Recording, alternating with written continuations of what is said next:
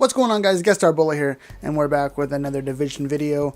I know it's been a while since I've done a Division video, but we just had patch 1.8.1, and I'm pretty excited. As you can see here, we have, it's taking a bit longer than I expected. We have the classified caches that you can buy now for 2,500 Phoenix credits.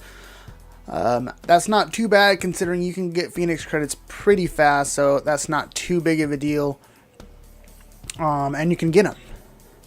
So that's pretty awesome that we can just buy them now. If you have the Phoenix credits, it gives us something to kind of grind for. And also, if you go here, whatever the last one was, or whichever one it is at the time for the global events, you can buy those caches. I know that they said this already, but I just wanted to show you guys again. I think that's pretty awesome, and I'm pretty excited about it. And the Amherst Legendary mission, which I'll be showing you right now. I did this mission earlier. Basically, I just kind of wanted to walk people who haven't played the game. I just kind of wanted to walk you through it. I'm not going to be showing the entire gameplay because if I did, it would be a while. Because Amherst Legendary is pretty hardcore. I'm not going to lie. I don't do a lot of legendary missions because I don't really play with people that often. But I've done all of them at least once, so I wanted to do this one. So I just, got in a matchmaking squad, and it took us a little while to get through it, but eventually we powered through. I don't know if you'll notice this, but like when we've done other ones in the past, like the other legendary missions, they weren't all gold. And this Amherst Legendary mission, everybody you fight is gold. There's no purples, there's no reds or anything. Because I don't know if you remember that, but in the other legendaries there was, reds and purples and so on and so forth, but they were just legendary style. Not in this one. Everybody's gold, and it gets pretty out of control. They definitely take a lot more damage than they did in the other ones. It's a little bit harder than the other ones, I think. Also, there's parts to the mission, like where normally when you go through there are no enemies, that you will see enemies. Not right here, obviously there's always enemies right here, but there are parts to the mission that you will go through that have no enemies, or that have enemies that normally don't. I think it was an awesome change, them adding this into the legendary missions though. It kind of gives some people something new to do, people who maybe didn't play Amherst very often. Now they'll get to do it and, be like, okay, well that mission's not so easy now because we can do it on legendary, so let's hit that mission up. So I think that's going to be a good change of pace to the game.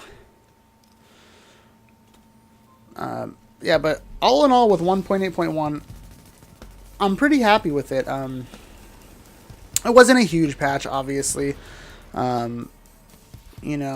We're not going to get much more for this game, really. We are going to get a couple of new global events and stuff like that, and we're going to get small stuff. But for the most part, this game is done as far as new content goes, I'm pretty sure. Considering the fact that, Division 2 has been announced, and that's going to be coming. So I'm pretty sure they're putting all their marbles onto that right now, and small team working on this just to keep it going. But at least we got some new stuff, I think that's pretty cool, like adding this to the legendaries and doing that with the caches. I think that's cool. It gives people a reason to grind again, because before they were grinding and just getting garbage. But now, you have a better chance of getting exotic drops, a better chance of getting classified drops. You're not getting the garbage exotic drops anymore. You're more likely to get what you need. For most players, I don't know about you guys, but I don't have the house yet and I don't have the big Alejandro. So now I have a better chance of getting those in drops and in caches. So hopefully that'll happen. But it's just things like that that really make a big difference.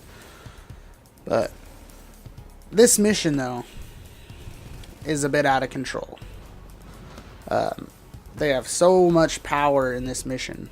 It's just ridiculous. As you'll see though, the mission playthrough is ridiculous. I don't know if you guys can see that over there, But what that is over there is a hunter. Now, I don't remember this from other legendary missions ever fighting a hunter. Maybe there is. It's been a long time since I've done legendaries. Maybe there was hunters in them. But you fight a freaking hunter at the end of this, and his hit points and damage output is out of control. For a while, I thought the game was like lagging out or something, because we were shooting him, and all 4 of us would be laying into him, and he would take almost no damage. And it was crazy. Like, if you see him right there, I mean, just headshot after headshot, and it was like it was doing nothing to him. It was pretty ridiculous. Like, I mean, look at that. And, you know, he healed himself right there, but he just took an extreme amount of damage. And he's not like most hunters. He was definitely way more powerful than any other hunter I've ever encountered. But it definitely was a nice change of pace. I was not expecting to see a hunter in the end of this game. But he was super, super powerful, if you guys haven't seen that already. But it made it fun. It was, you know, like, see, he gets him here, and we're like, what the heck? We're all laying into him, thinking, okay, we're going to get him. But he still kills our teammate before we can finally kill him. And he drops an exotic. He drops a Hungry Hog, which I already had. But still, he dropped that exotic. Got the exotic cash from the legendary. It was definitely not a bad run. But if you do enjoy my video, make sure to hit that like button and that subscribe button.